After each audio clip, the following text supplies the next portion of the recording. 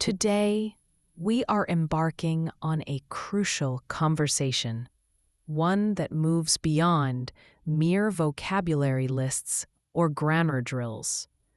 We are going to uncover the silent barriers, the hidden obstacles that quietly sabotage progress for millions of students worldwide. These are not simple errors in pronunciation or verb tense.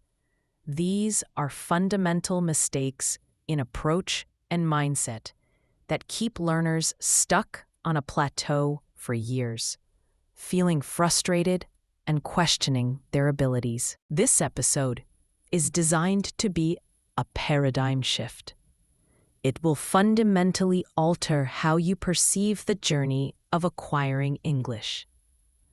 You will gain profound insights into why intelligent, hard-working people struggle with fluency, why the relentless pursuit of perfection is ironically the very thing that impedes progress. And most importantly, you will discover practical, accessible strategies to dismantle these barriers. By the end of our time together, you will possess the blueprint, the secrets employed by successful learners. This isn't just theoretical musing. These are proven, actionable methods that you can implement starting right now, today, to unlock the fluent, confident English that resides within you. So please, get comfortable with your favorite beverage, quiet your inner critic, and let's courageously discover the truths about learning English that often go unspoken. Let's begin with a surprising fact from cognitive science. Research indicates that a learner needs to be exposed to a new word anywhere from 5 to 16 times in various contexts before it truly moves from short-term memory into their active, usable vocabulary. Yet, the vast majority of English students operate under a different assumption. They expect to see a word once, maybe twice, and instantly command it perfectly, recalling its meaning, spelling, pronunciation, and grammatical nuances under the pressure of a conversation. This immense and unrealistic pressure is just the tip of the iceberg when it comes to the flawed thinking that slows down language acquisition. To truly understand the root of this problem, we need to look at the most natural language learners on the planet, babies. Observe a child learning their first language. Their daily communication is a beautiful, messy tapestry of errors. They confidently declare, "I go to the park," or "the mouses are running." They invent words that perfectly express their needs, like water juice for a diluted drink. They often place words in bizarre orders. And yet, what is the reaction from the adults around them? Do we scold them? Do we label them as bad at language? Absolutely not. We celebrate their attempt. We correct them gently by modeling the right form. "Oh, you went to the park? That's wonderful." And we encourage them to keep trying. The focus is entirely on communication and joyful expression, not on flawless execution. Somewhere on the path to adulthood, this natural, fearless approach to learning is replaced by a powerful, often paralyzing, fear of making mistakes. We transition from a mindset of playful exploration to one of rigorous judgment. We become terrified of sounding foolish, of being embarrassed, of revealing that we don't know everything. This shift in mentality creates the first and perhaps most significant trap: the fear of speaking. This trap ensnares students who become so apprehensive about errors that they retreat into silence. They rationalize this retreat as more preparation.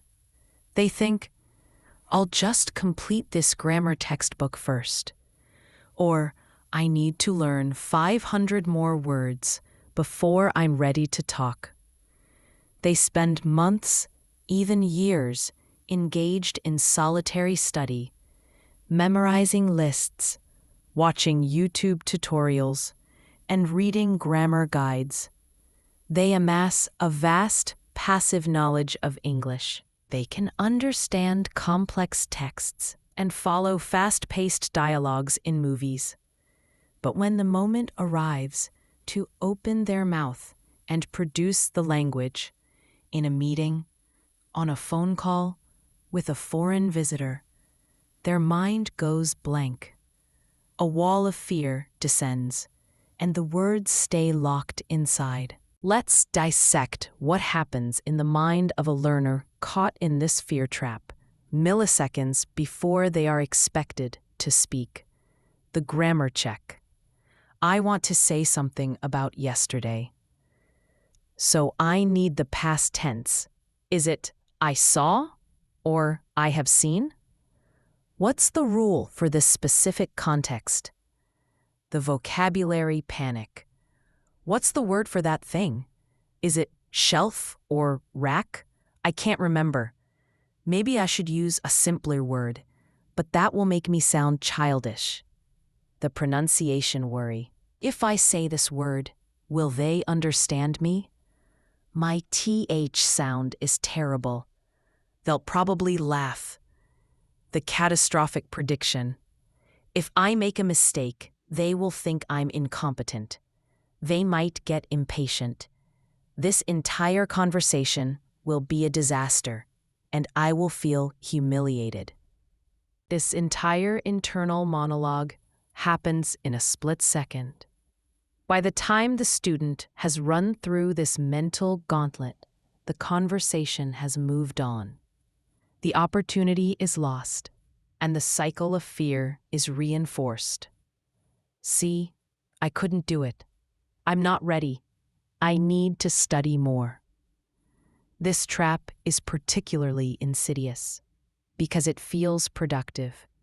Studying alone is safe and comfortable. But it's like reading every book on swimming technique without ever getting wet. You might understand the theory perfectly, but you will still drown when thrown into the water. The solution begins with a radical reframing of mistakes. For successful learners, errors are not signs of failure. They are the most valuable feedback the learning process can provide. Each mistake is a tiny, flashing arrow pointing directly to an area that needs attention. It's free, personalized guidance. Native speakers make mistakes constantly. They slip up on grammar, forget words, and invent new slang. The crucial difference is that they don't assign emotional weight to these errors. They keep the conversation flowing. Here are detailed, actionable strategies to escape the fear of speaking trap. Embrace safe failure. Create environments where there are zero consequences for mistakes. This is your practice sandbox. Talk to yourself. Narrate your life in English. I am making coffee. Now I am adding sugar. I need to go to the store later to buy bread. It feels silly at first, but it builds muscle memory for forming thoughts in English. Use technology. Speak to your phone's voice assistant in English. Ask it questions, give it commands. It's a non-judgmental listener. Record yourself. Use a voice recorder on your phone. Speak for 2 minutes about your day. Listen back. You'll notice errors, but you'll also hear your progress over time. This is for your ears only. Shift from perfect to understood. Make your primary goal being understood, not being grammatically perfect. Did your listener get the gist of what you said? Then you have already succeeded. Celebrate that. Start micro. Don't aim for a 30-minute philosophical debate. Start with tiny, manageable speaking acts. Leave a comment on an English YouTube video or social media post. Order coffee in English if you see a foreign barista. Say hello, how are you, to a language partner before diving into deeper topics. Practice mindful speaking. When you feel the fear rising, acknowledge it. Say to yourself, I am feeling nervous about making a mistake. That's okay. My mission is to communicate one idea clearly. This mindfulness can reduce the panic. Remember, speaking is a physical skill as much as a mental one. You must train the muscles of your mouth, tongue, and throat to form unfamiliar sounds. You wouldn't expect to play a complex piano sonata after only reading sheet music. You need to feel the keys under your fingers. Similarly, you must practice moving your mouth and producing English sounds daily. Create opportunities relentlessly. Read a paragraph from a book out loud. Shadow. Repeat immediately after. A podcast speaker. Join online language exchange platforms like HelloTalk or Tandem. The key is consistent daily practice, even if it's just for 5 minutes. Consistency trumps duration, every time. The second major trap that ensnares diligent learners is the overemphasis on grammar study. Many students, particularly those from academic backgrounds, operate under a core belief. If I just master all the grammar rules, I will finally speak fluently. This leads them down a path of meticulously studying complex conditionals, memorizing endless lists of irregular verbs and their participles, and dissecting sentences like a surgeon. They can explain the difference between the past perfect and the past perfect continuous, but freeze when asked, "So, what did you do last weekend?" While a foundational understanding of grammar is undoubtedly important for clarity, treating it as the supreme goal creates a phenomenon known as analysis paralysis. You start to process language like a computer program, not a human being. In the middle of a sentence, your brain screeches to a halt. Wait, this is a hypothetical situation about the future. Do I use will or going to?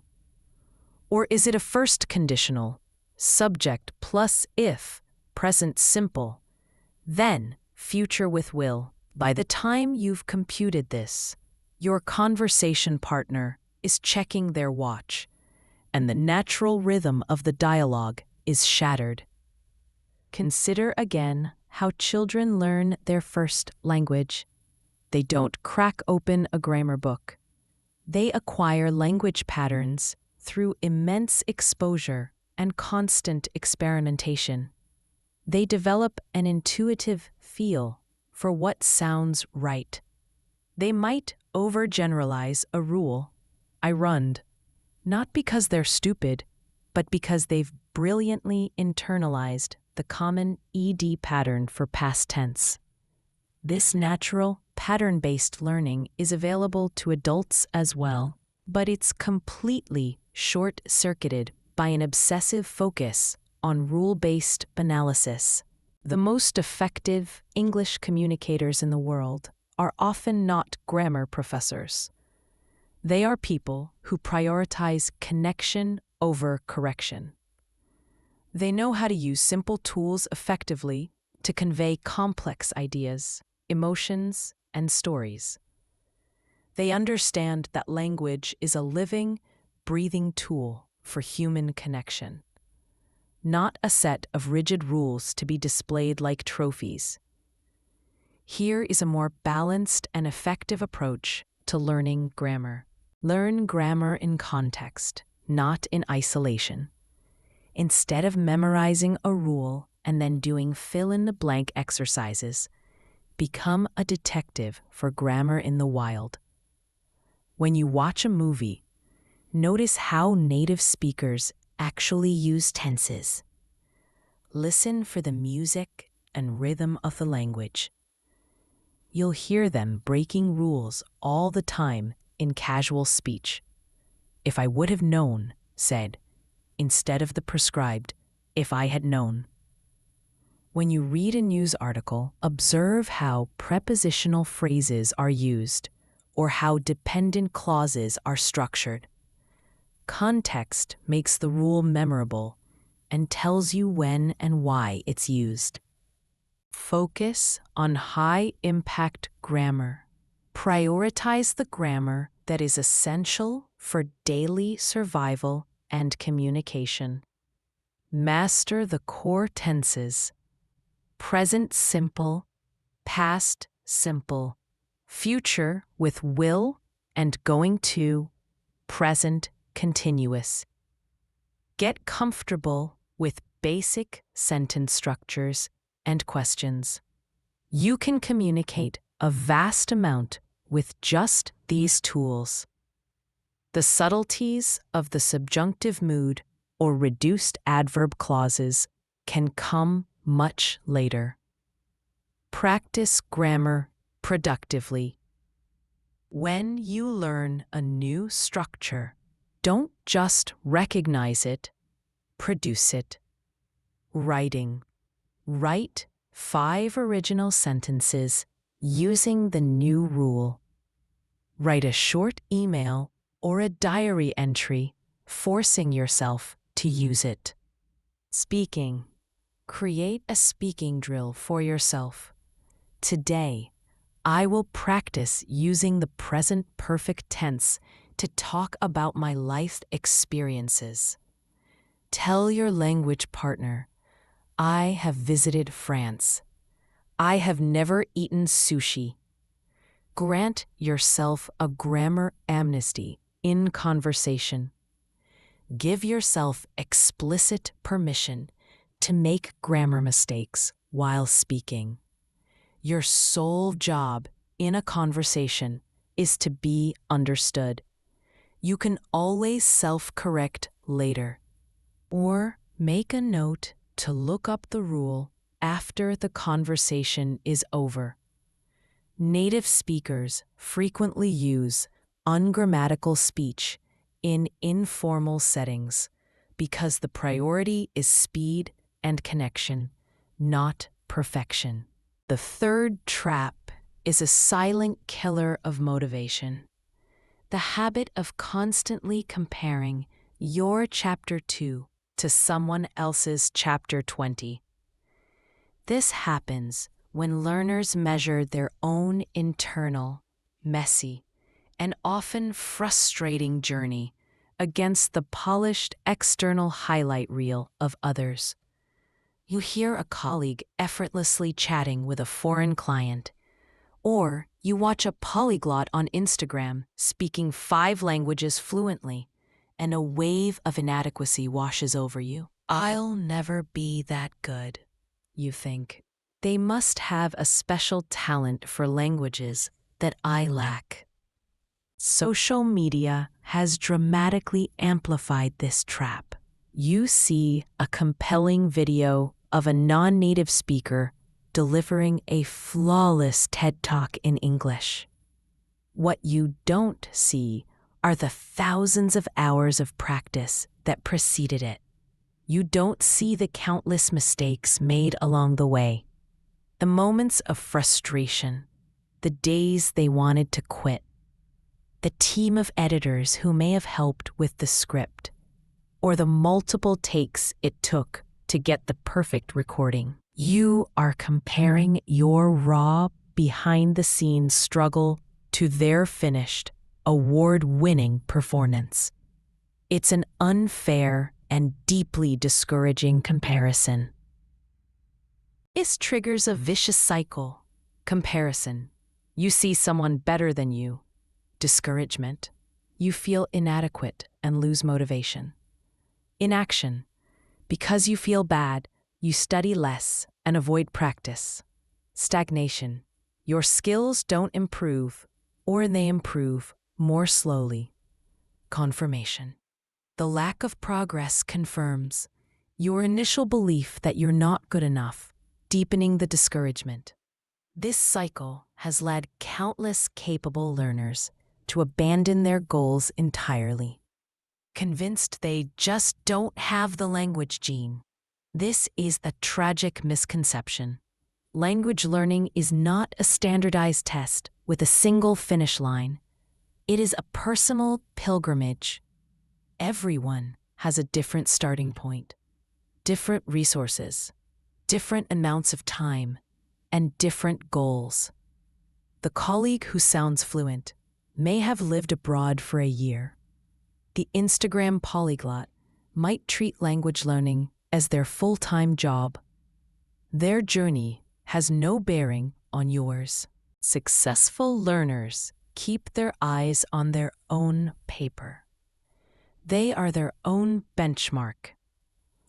Their competition is who they were yesterday, not who someone else is today. Here's how to immunize yourself against the comparison trap. Define your personal why. Get crystal clear on why you are learning English. Is it to get a promotion? To travel more confidently? To understand your favorite movies without subtitles? To connect with your in-laws? Your goals are unique to you. When you focus on your own reasons, other people's achievements become irrelevant noise. Celebrate micro wins. Track and celebrate tiny victories. Did you understand a joke in a TV show? Win. Did you use a new word correctly in a text message? Win. Did you have a 30-second conversation without switching to your native language? Massive win.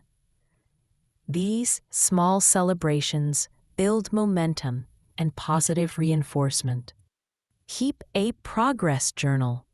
This is your most powerful weapon against discouragement. Note down new words you learned, a grammar rule you finally understood, or a successful interaction you had. When you feel you've learned nothing, look back through this journal. You will be amazed at the cumulative progress you've made over weeks and months. You can't argue with your own data. Reframe comparison into inspiration. When you see someone speaking well, instead of thinking, "I'm terrible compared to them," try thinking, "Wow, that's inspiring. It shows what's possible with practice. What can I learn from their approach?" This shifts your mindset from one of lack to one of abundance and possibility. The fourth and final trap is one of comfort and deception. Passive learning. This is when the majority of your learning time is spent consuming English content without actively creating it yourself. You binge watch Netflix series in English. You listen to podcasts on your commute. You scroll through news articles, all of which are fantastic and highly beneficial activities. You are building your listening comprehension, expanding your vocabulary, and getting a feel for the rhythm of the language.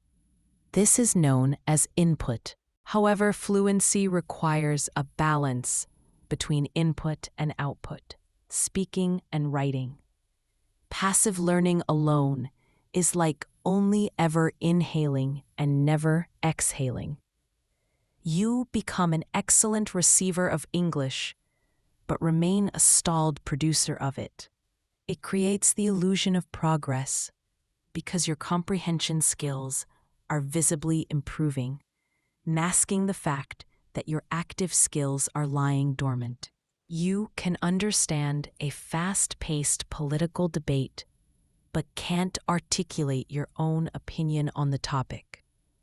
This is a classic sign of being stuck in the passive learning trap. Let's use an analogy.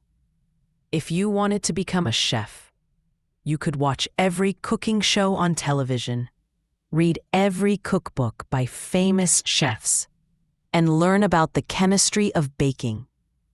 You would have immense passive knowledge about food. But until you step into the kitchen, chop an onion, light a stove, and actually cook a dish, burning a few in the process, you are not a cook. Active practice is what forges skill. The key to explosive growth is to create a direct link between passive input and active output.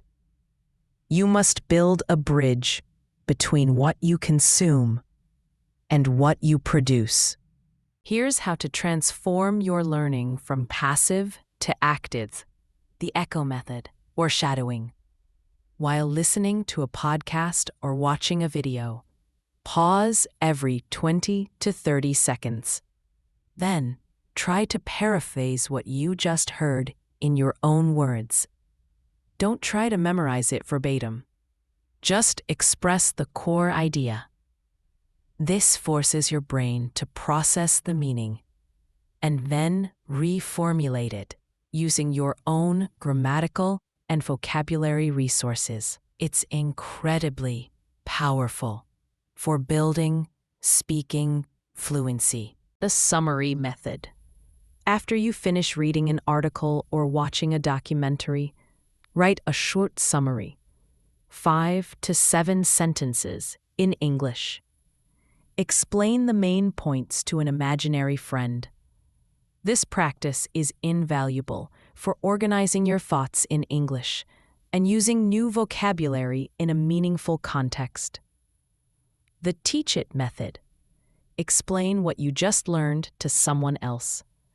This could be a language partner, a patient friend, or even your pet. The act of teaching forces you to structure information logically and fill in gaps in your own understanding. As the saying goes, if you can't explain it simply, you don't understand it well enough. Transform passive activities into active ones. Movies, TV. Put on English subtitles and repeat interesting lines out loud, mimicking the actor's intonation and rhythm. Reading. Stop after every few paragraphs and ask yourself, what did I just read? How would I explain this? Jot down a few key words. Podcasts, music. Pause and predict what the speaker will say next. Sing along to songs, trying to match the speed and pronunciation. The goal is to create a balanced diet. For every hour of passive listening, reading, aim for at least 15 to 20 minutes of active speaking, writing that directly uses the language from that input. In every episode, I love to leave you with a practical powerful phrase that you can incorporate into your English journey immediately. Today's phrase is a mantra, a mindset shift that encapsulates everything we've discussed. Practice makes progress, not perfection. This elegant twist on the old saying, practice makes perfect, is so liberating. It removes the immense, unattainable burden of perfection and replaces it with the achievable, encouraging goal of continuous improvement. Every time you practice, you are not failing to be perfect. You are succeeding in getting a little bit better. Each mistake is a stepping stone, not a stumbling block. Each conversation, no matter how hesitant, is a brick laid on the path to fluency. How to use it as self-encouragement. I felt nervous during that conversation and used the wrong tense, but that's okay. I communicated my main idea. Practice makes progress, not perfection. I'll get it next time. To encourage others, your pronunciation is getting so much clearer. Don't worry about that one difficult word. Practice makes progress, not perfection. As a daily reminder, write this phrase on a sticky note on your computer monitor. Let it remind you that the journey itself is the goal. So let's consolidate the map we've drawn today to navigate around these common pitfalls. The fear of speaking trap. Your enemy is silence. Embrace mistakes as guidance. Prioritize communication over perfection. Speak daily, no matter how small the act. The grammar study trap. Your enemy is analysis paralysis. Learn grammar through context and conversation, not just rules. Focus on what you need to be understood. The comparison trap. Your enemy is your own discouragement. Your only competition is your past self. Define your goals, celebrate your wins, and track your personal progress. The passive learning trap. Your enemy is the illusion of progress. Balance your input, listening, reading, with output, speaking, writing. Use methods like shadowing and summarizing to bridge the gap. This knowledge is your power. Awareness is the first and most crucial step toward change. This week, I challenge you to choose just one of these traps that you recognize in your own habits. Consciously work against it for the next 7 days. Notice the difference it makes. Does speaking for just 2 minutes a day make you feel more confident? Does focusing on your own journal make you feel more positive? If this episode has resonated with you, if it has shone a light on the hurdles in your path, please share that light with others. Give this a thumbs up and share it with a friend who is also on this language learning journey. Your support enables us to create more content that aims to make a real, tangible difference in your lives. Thank you for investing this time in yourself and your English. Thank you for joining me on this journey of honest reflection. Remember, knowing about these problems is the first step to fixing them. Now that you know what to avoid, you can focus your precious energy on what truly works. Until next time, keep practicing, keep improving, and most importantly, keep believing in yourself. Your English fluency is not a distant dream. It is closer than you think. You can do this.